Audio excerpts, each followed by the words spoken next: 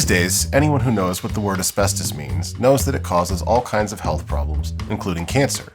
But once upon a time, one of the more popular products for builders and do-it-yourselfers everywhere was a can of Texaco Asbestos roofing cement. That's our asbestos artifact this week. Let's take a look. Welcome to Asbestos Artifacts, where we take a look at some old asbestos products and dig a little bit into the story behind them. I'm asbestos attorney Justinian Lane. Now, asbestos is incredibly resistant to fire and other elements, so it was used in construction materials of all kinds until the mid-1980s. This includes roofing materials like shingles and roofing cement. When people think about Texaco, a lot of people think about gas stations or maybe Havoline motor oil. But in its early days, one of Texaco's most popular products was roofing cement marketed as both waterproof and fire resistant. And what made it fire resistant was printed right on the green can. Texaco roofing cement was made with asbestos. First, a bit about roofing. Now, roofing is a multi-step process. First, an underlayment, some form of adhesive, is placed on the roof in order to prevent water from entering the structure. After this is carefully placed, paper or roofing felt is applied to reinforce the underlayment. Also referred to as felt paper or tar paper, this paper is laid out in small sections and stapled onto the roof to prevent any water from leaking in. After the felt is secured onto the surface, starter shingles are positioned to ensure even further that the roof is water resistant. Then the shingles are placed, overlapping each other, and they're fastened into place typically with a nail gun. Flashing is applied next around any parts of the building that touch the roof, like windows or a chimney, and a cement sealant is used as needed to fill in any gaps. That's where this comes in. But let's talk a bit about Texaco first. Texaco was originally known as the Texas Company. It was founded in 1902 in Beaumont, Texas. When a salesman saw it abbreviated as Texaco in a telegram, the name stuck. Texaco tapped oil wells found in what's called the Golden Triangle. It's an area of southeast Texas between the cities of Beaumont, Port Arthur, and Orange. Enormous deposits of petroleum products, also called hydrocarbons, were found there, and Texaco began drilling and tapping the crude oil and natural gas and refining it.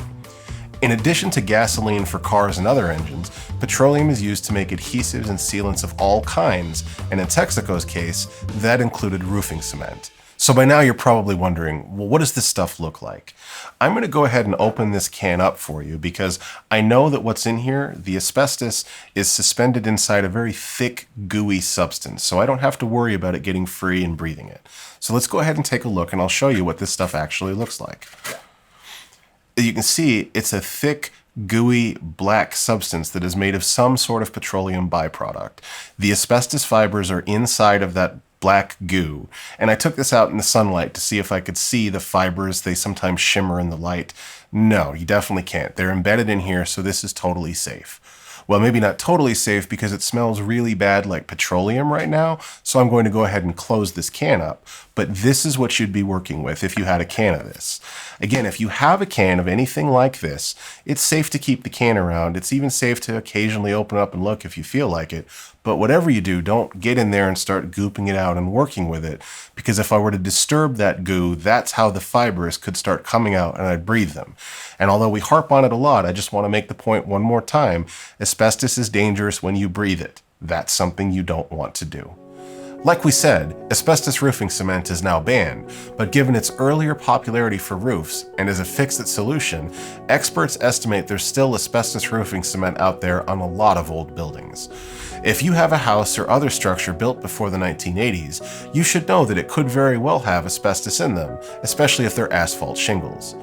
The main problem with asbestos shingles and roofing materials is that if they break down as a result of age, renovation, demolition, things like that, they can release harmful asbestos fibers into the air. Experts believe that homes built between 1963 and 1970 bear the greatest risk of having roofs with asbestos. Many roofing products that once contained asbestos are now being made with natural and synthetic fibers, including a spray called polyurethane foam.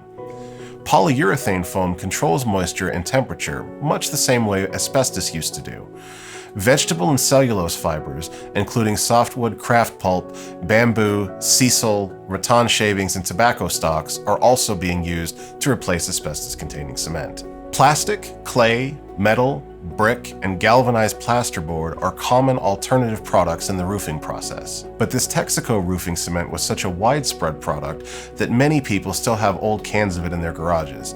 If you think your roof may have asbestos roofing materials, it's a good idea to remove them. But anybody inhaling asbestos fibers can develop a wide range of respiratory diseases, including cancers like mesothelioma. Not only that, but a property owner or even a renter could be held legally liable if they know or have reason to suspect that their structure has asbestos in it and somebody gets injured by breathing that asbestos. Companies like Texaco continue to face a number of asbestos-related lawsuits across the country even today, and exposure to the asbestos fibers should not be taken lightly.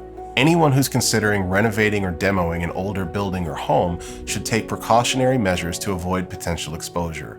It's always best to work with an asbestos remediation company for safety and because it helps provide legal protection in case somebody is injured. So that's it for another episode of Asbestos Artifacts. I'm asbestos attorney Justinian Lane, and I'll see you next time.